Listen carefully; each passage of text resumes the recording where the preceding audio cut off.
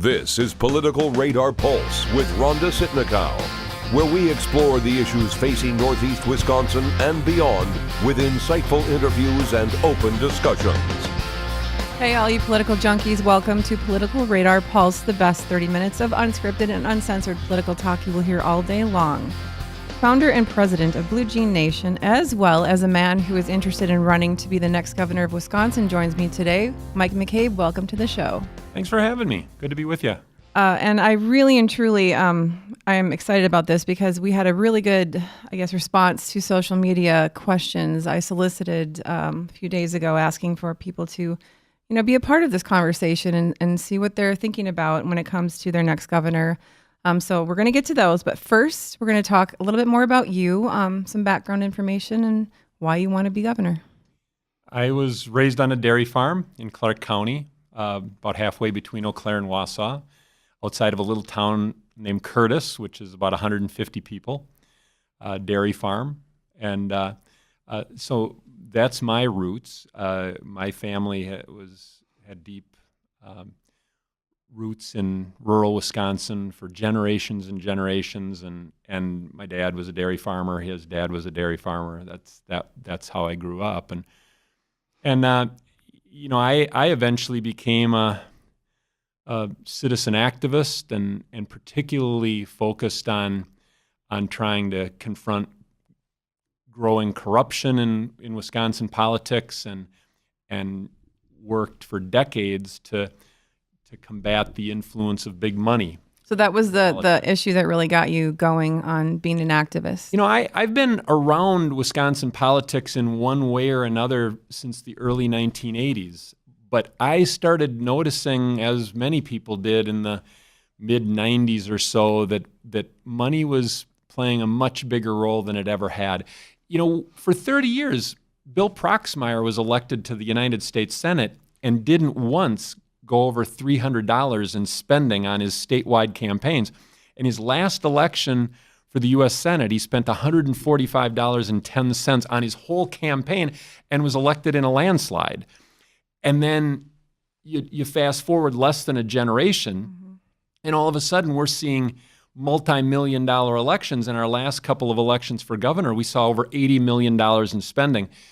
When I started to see the growing influence of money in politics, one of the things that occurred to me is there's no way to track this.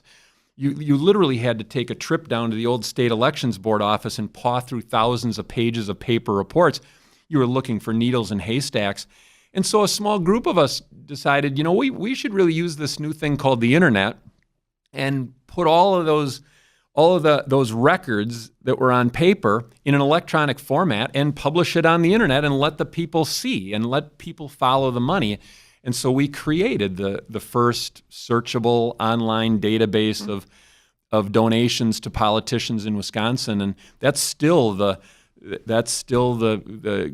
heart and soul of the work of the Wisconsin Democracy Campaign to this day. And so I put a lot of time and energy, decades worth of work, into trying to make it possible for the public to see the money flowing in politics, allow the media to follow the money, and work to try to get regular people into the driver's seat of our government. And at a time when big money was playing a bigger and bigger and more dominant role. And so that was my work for decades. And so going into that issue, do you really and truly believe that people care that there's a lot of money involved in politics? Because if we look at what just happened in Georgia with that race, yes, it was tightened up from the previous election, but the Democrats still lost, progressives still lost, and there was a lot of money spent. And there's no way that at this point you can't know that that's happening. And do you really believe that people are understanding, the unfair balance? Is the money really the same as the map, the map distribution of, trying to get some actual fair elections put into place? Do you think we have a better chance of having a Supreme Court decision that helps in that context of making the elections, fair? Or do you believe that we should really continue on with this fight against money in politics? Well, people get it. They know what's going on. They can read the handwriting on the wall. They understand how we have a government now that caters to a privileged and wealthy few at everyone else's expense because the politicians are trying to keep their big donors happy. They understand that, and they're frustrated by it, angry about it. They also feel really powerful. So yes, people care, but they also feel pretty powerless. And that's where we have to figure out ways as citizens to break through that powerlessness and create a new politics that allows us to overcome the forces that are putting our government to work for a privileged few and ignoring the voices and wishes of the rest of the population. But you mentioned the way boundaries are drawn, the way district boundaries are drawn. And that's something that I worked on for decades as well at the Wisconsin Democracy Campaign, was to try to promote a system that would take that job of drawing those district boundaries every decade out of the hands of the elected officials and put it in the hands of a nonpartisan, independent body that would do it more fairly. And so what do you think about the Republicans spending a lot of money to get to lawyer up to really and truly create their perfect scenario, if you will? I mean, in both parties have done it in different places at different times. In the last go around in Wisconsin, it was the Republicans who happened to be in charge. Mm-hmm. And what they did is they wanted to create a system where instead of having voters choosing their representatives, they would have representatives choosing their voters. They would draw districts that are tailor-made for the reelection of their members. And they wanted to make sure that they carved up the state in ways that put enough Republican voters in each one of those districts to get their people elected. Do you think that's what's happening right now? I mean, do you believe that what's going to come out of the Supreme Court's decision and when they meet on this what do you think is going to happen with that? What are your thoughts? I'm hopeful that the Supreme Court could issue a groundbreaking landmark decision here. The courts have been very reluctant to strike down redistricting plans based on partisanship. Mm-hmm. When they see evidence of racial discrimination, they have thrown out maps. They have said you can't draw districts like that if they're racially discriminatory. But what they've been very reluctant to do is say if it's a gerrymander that is done to benefit one party over the other, they've been reluctant to weigh in there. But Anthony Kennedy, who probably will be the swing vote on the court, he'll make this ruling probably 5-4, one way or the other. Mm. He did say in a recent case that he believes that partisan gerrymandering could be unconstitutional if you could come up with a way to define it and measure it. If you could show how it's happening and make it concrete. Well, that's what this Wisconsin case was based on, was an actual measuring stick of how the partisan bias really works. And that's presented to the courts. Now, the lower courts looked at it and said, you've got a really good point. This was absolutely done to advantage one party over another, and that's unconstitutional. The lower court said that. The appeals court said that. It's now gone to the U.S. Supreme Court. If Kennedy, who obviously in the past said that this could be unconstitutional if you can measure it, if you can show us. So who is that? Who are the people showing that? Who are you confident with those people and their case they're going to make? Well, some of them are Wisconsin people who are making this case, but they're getting a lot of help from some people I've worked with for a long time at places like the Campaign Legal Center out in Washington, D.C. They've got some good lawyers who know this stuff really well, who are behind this case. So it's not only some Wisconsin folks who know the Wisconsin situation very well, but they're getting help from some very good outfits around the country.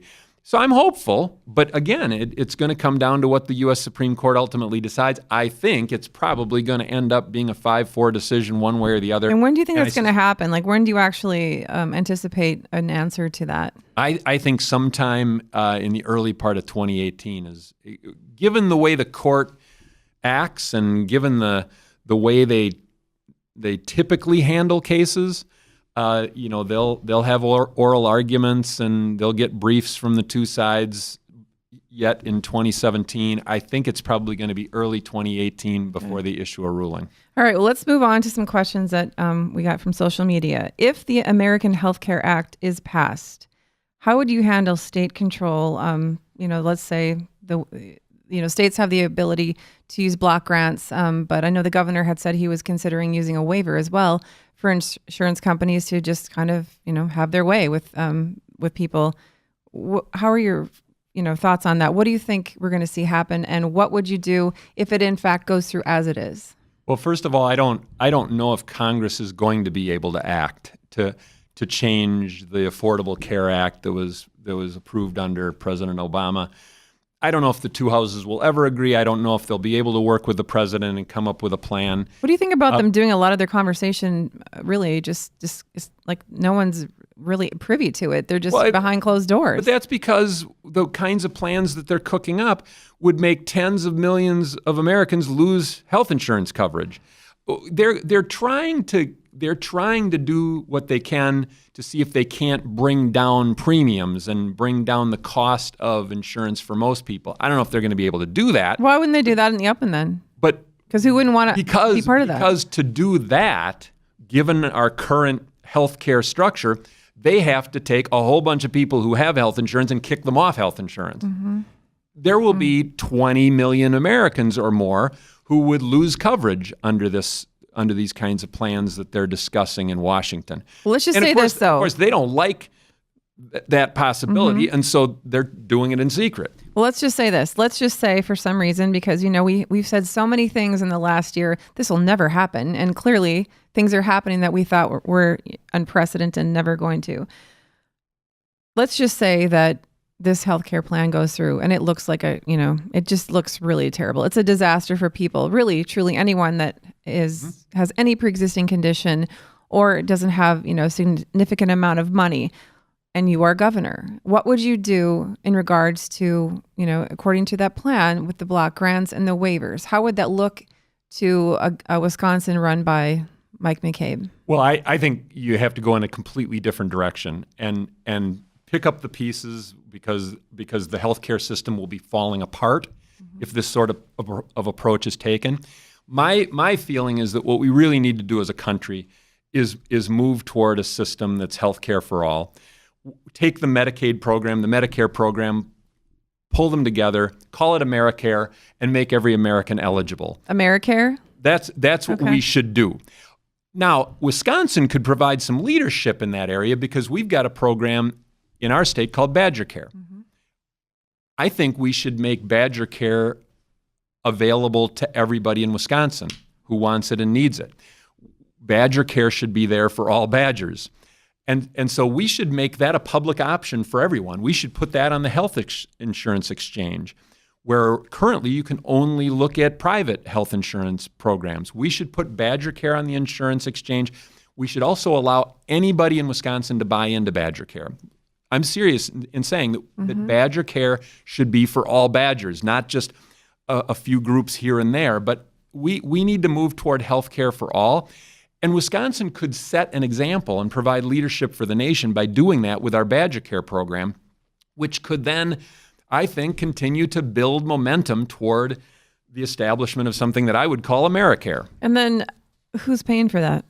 Well, the interesting thing is if you look at the overall health insurance system as we have now, America is way out of whack in terms of the world. We spend way more of our healthcare dollars on administration and overhead.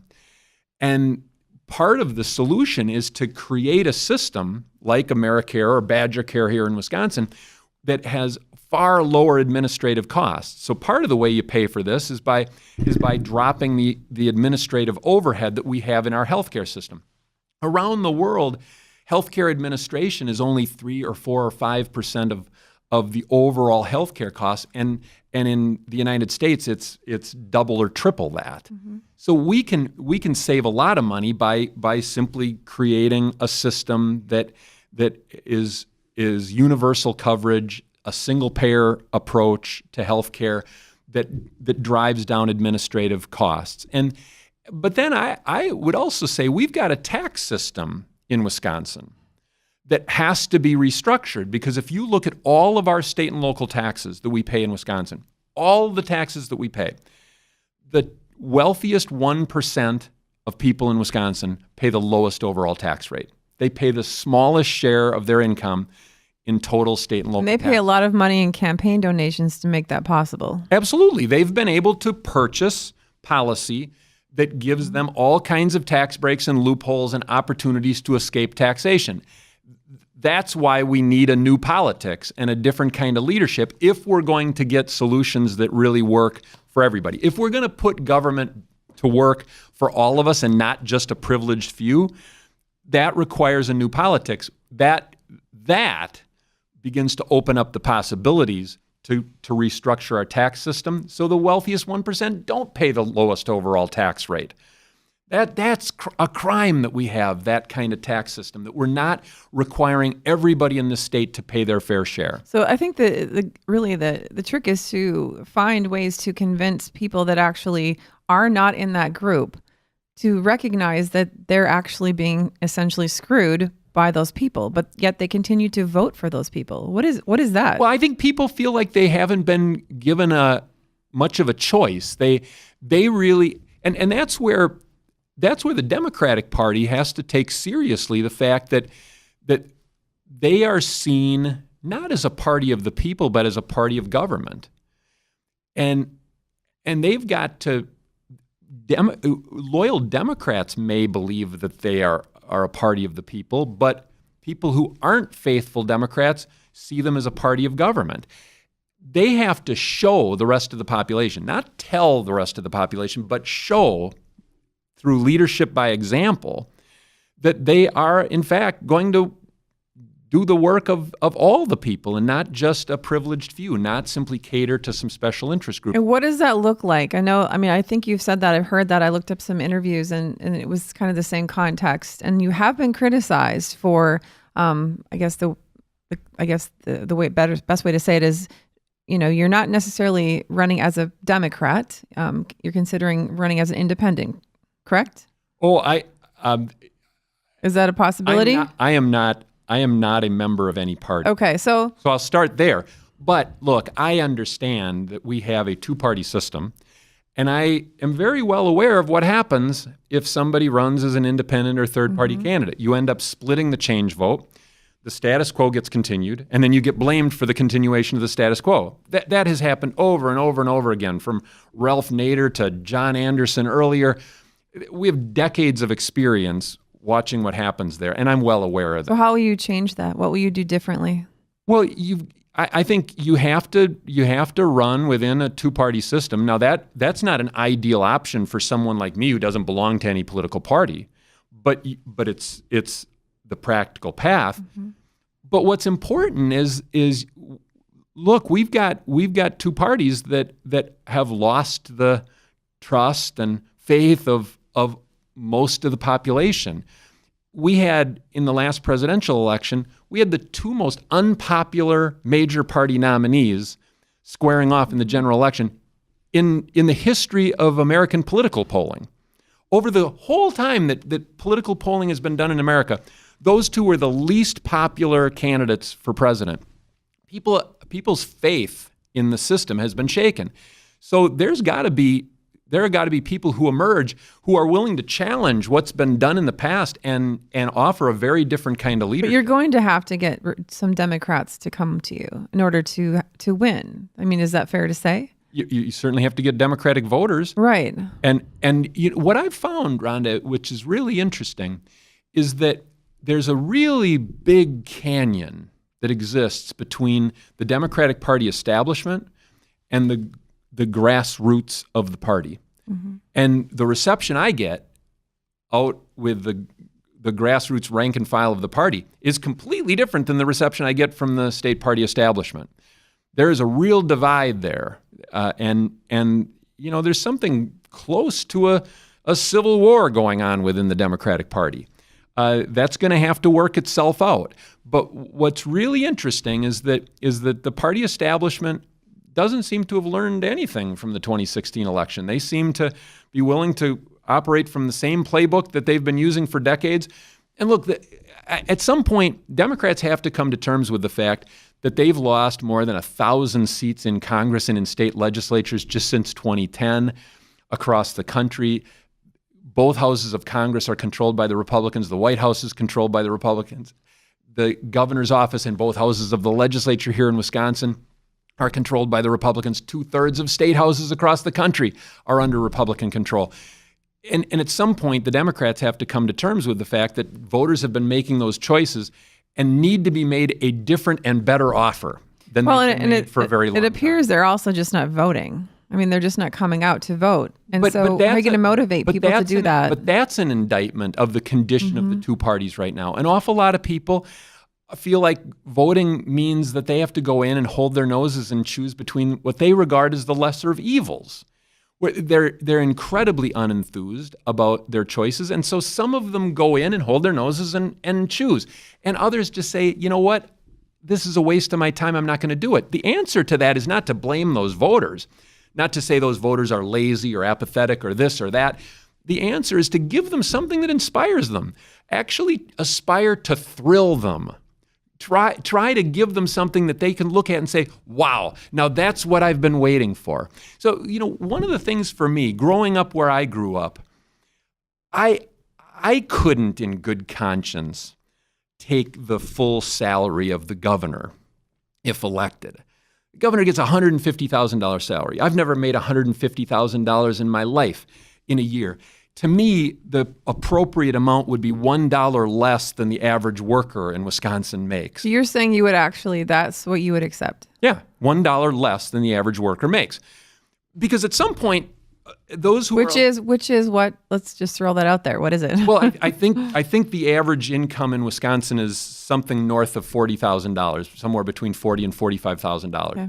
Whatever that amount is, whatever the average income in Wisconsin is, I think the governor should get $1 less than that. And the reason is because I think governors should be servants and not masters. And to me, what that means is that governors are under the people, not over them, not above them. And that also means that I could not in good conscience move into the governor's mansion. I have never lived in a 20,000 square foot mansion in my life.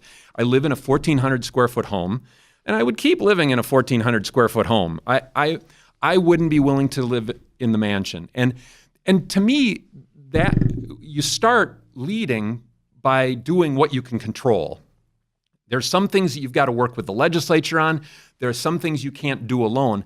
But those kinds of things you can do alone as governor. You can just say, this is the way I'm going to conduct myself in this office. And another thing is that when you run for governor, you can legally take an $86,000 contribution from a political action committee or a $20,000 check from an individual. Mm-hmm. I've spent decades showing people how those are effectively legal bribes. I couldn't in good conscience take those kinds of contributions. So to me, I don't think I should take an individual donation above $200. So and that's fine, that's fair, but are you truly saying that you believe it would be a wise idea to not try to raise as much money as you could to fight Scott Walker? Because he's a machine when it comes to that. And you're not going to beat Scott Walker with money. You don't think so? No. I mean, Mary Burke was a multimillionaire, put $5 million of her own money into the campaign, ended up raising $17 or $18 million, and Walker outspent her 2-1. Walker spent $38 Well, million. there were other issues there, though. But he'll spend $50 if he needs to. Yeah. There is no way the Democrats will beat him with money. He will win if the election comes down to money. He'll win. This is one of the things that has to change. All the consultants, all of the political operatives say you've got to spend 3 or 4 or 5 hours a day, every day, begging rich people for money. And instead, we should think about spending 8, 10, 12 hours a day raising a citizen army. And you can't fight this battle conventionally by the corrupt rules that are in place and expect to win. If this election comes down to money, some candidate will win, but the people will lose. And that's what the people understand, is that they can't win as long as the game is being played this way. Because What it means is that a few wealthy donors get to call the tune. The politicians end up catering ceaselessly to those few donors, a handful of people, and then that's why a few thousand people get these tax breaks and state subsidies showered on them. That's why we have trickle-down economics, is because they've purchased that policy with their big donations. We have to rebel against that. We have to challenge that kind of system and be creative enough, inventive enough to come up with a way, a new kind of politics to beat that. And it obviously can be done because look at what Bernie Sanders did nationally. He didn't have a super PAC. He got an average donation of $27, and yet his message so inspired people that he ended up bringing in $230 million with an average donation of $27 because he didn't spend all of his time raising money. He went out there and inspired people with a message that made people excited to support him. No, and I agree, and I commend that. And I voted for him. But what I think is interesting is he lost. He did all of that, but he lost. Oh, well, he started out 50 points down in the national polls, and by the end had drawn even in the national polls. And it took the National Democratic Party really going to great lengths to prevent him from having a fair shot at winning the nomination. And look, 600 superdelegates were put in place, sent to the convention, and almost all of them pledged to support Hillary Clinton. If they had, and Wisconsin's superdelegates, for example, in a place where Bernie Sanders won 71 out of 72 counties and won the state convincingly, the superdelegates voted for Clinton. If the superdelegates had remained neutral at the convention, Clinton could not have won a first ballot nomination. If the superdelegates had remained neutral and had not voted on the first ballot, she could not have won a first ballot nomination. Then what happens? When the presumptive nominee, the nominee who's had a path cleared for her to get the nomination, didn't win on the first ballot, that would have crippled her. Well, that's exactly why the superdelegates were created, was to prevent that possibility. They wanted to anoint a candidate, make sure that candidate got a first ballot nomination, and they didn't anticipate that somebody who was 50 points down in the polls would prove so popular that he would actually threaten the possibility of that anointed nominee. See that changing the next time around as far as what the Democrats going to do? I hope the superdelegates are done away with. And I hope it's actually earned delegates that do the voting and earn delegates only. That's the way it should be. But listen, I have a hard time saying that Bernie Sanders is the loser out of all of this, because right now he's the most popular national political figure of all of them. Put Paul Ryan, Donald Trump, put them all out there, Hillary Clinton, and right now Bernie Sanders is polling stronger in terms of public approval and trust than any other national political figure.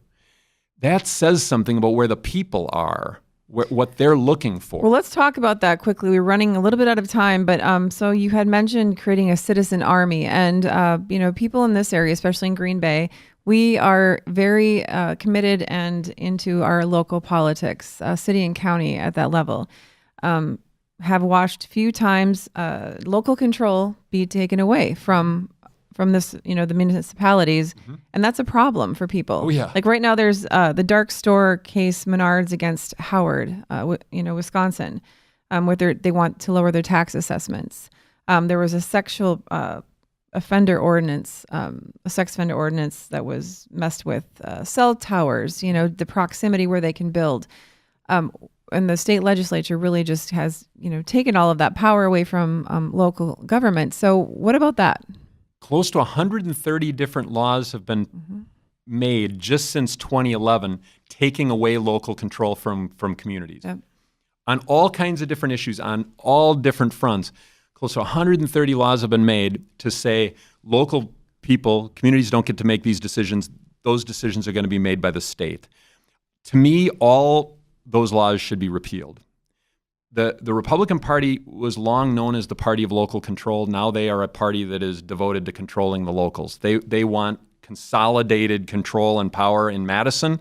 That's wrong. We should let communities decide for themselves. We should let people decide how they want to be governed and how they want to live, and they need to be given home rule. So that would to be me, something you would start working on right away. Oh, I would advocate for the repeal of all those laws, and there's at least 128 of them. All right, one more question I want to get to that I know, across the board, wherever you are in politics. Scott Walker's job performance since he's been in office has, it's not really been very interesting or exciting or impressive. So what about jobs? What about creating entrepreneurship? What about, the brain drain that some people are experiencing in Wisconsin? What are you going to do with that? We have got to do an about face about how we build a sturdy economy. The approach that's been taken has been to shower tax breaks and subsidies on a few thousand people, to try to build an economy from the top down by seeking to empower a few thousand people with the hope that they'll work some magic for the rest of the population, that some of what they get will then trickle down to the rest of us. We've got to do the exact opposite. We got to focus on empowering 5 million people and building the economy from the bottom up. So that means raising the wage floor. It means turning the minimum wage into a living wage for every worker. It means making education as affordable and debt-free, but as affordable for our kids and grandkids as it was for their parents and grandparents.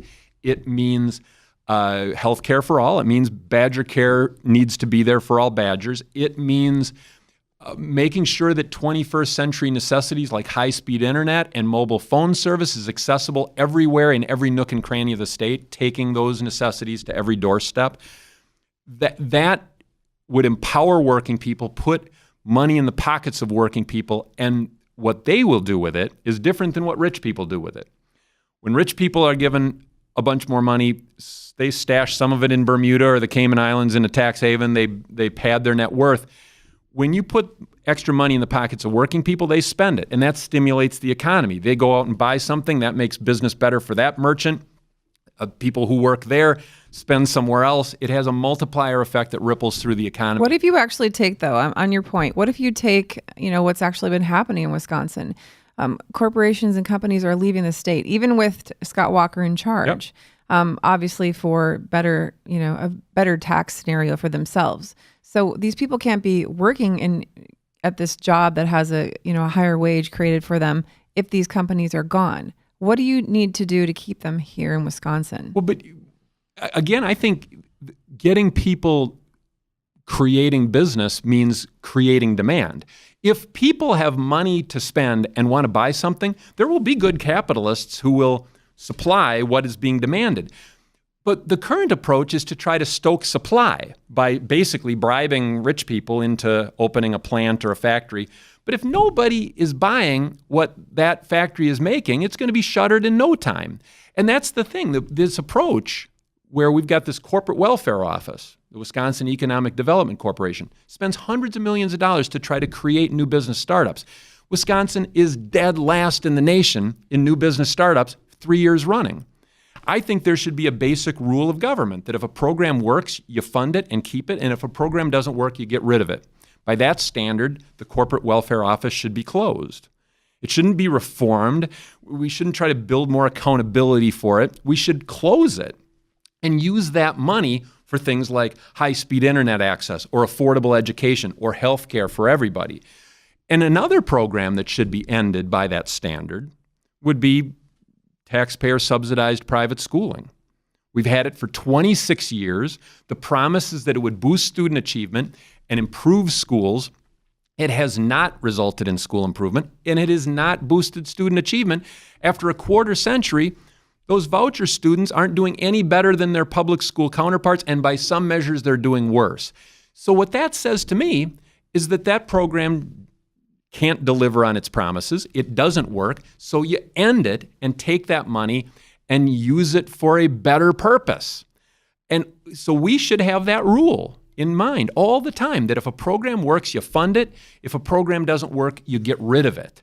And those two programs should be ended. Those dollars, hundreds of millions of dollars, should be repurposed, used for something more constructive that empowers 5 million working people. You restructure the tax system so the wealthiest 1% no longer pays the smallest share of their income in taxes.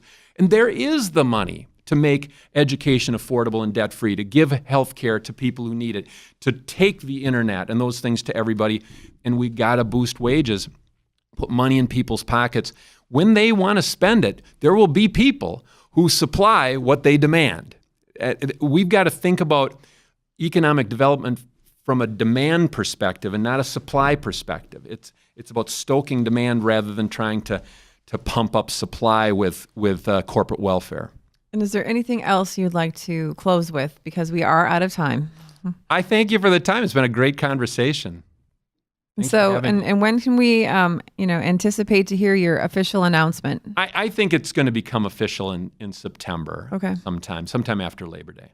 Okay, great. So great to have you on the show. Thanks a lot. Thank you. So that wraps up Political Radar Pulse episode 14. For show notes, go to politicalradarpulse.com/14. If you are watching this episode on YouTube, like, subscribe, and don't forget to hit the bell to get notifications. If you'd like to support the show, you can like this show on Facebook and Twitter, and you can buy shirts and other merchandise at politicalradar.com/shop. Thanks for tuning in. Thank you for watching Political Radar Pulse. To ensure that you'll never miss an episode, subscribe on YouTube or your favorite podcast app. To check out more episodes of Political Radar Pulse, visit politicalradarpulse.com or connect with us on Facebook or Twitter.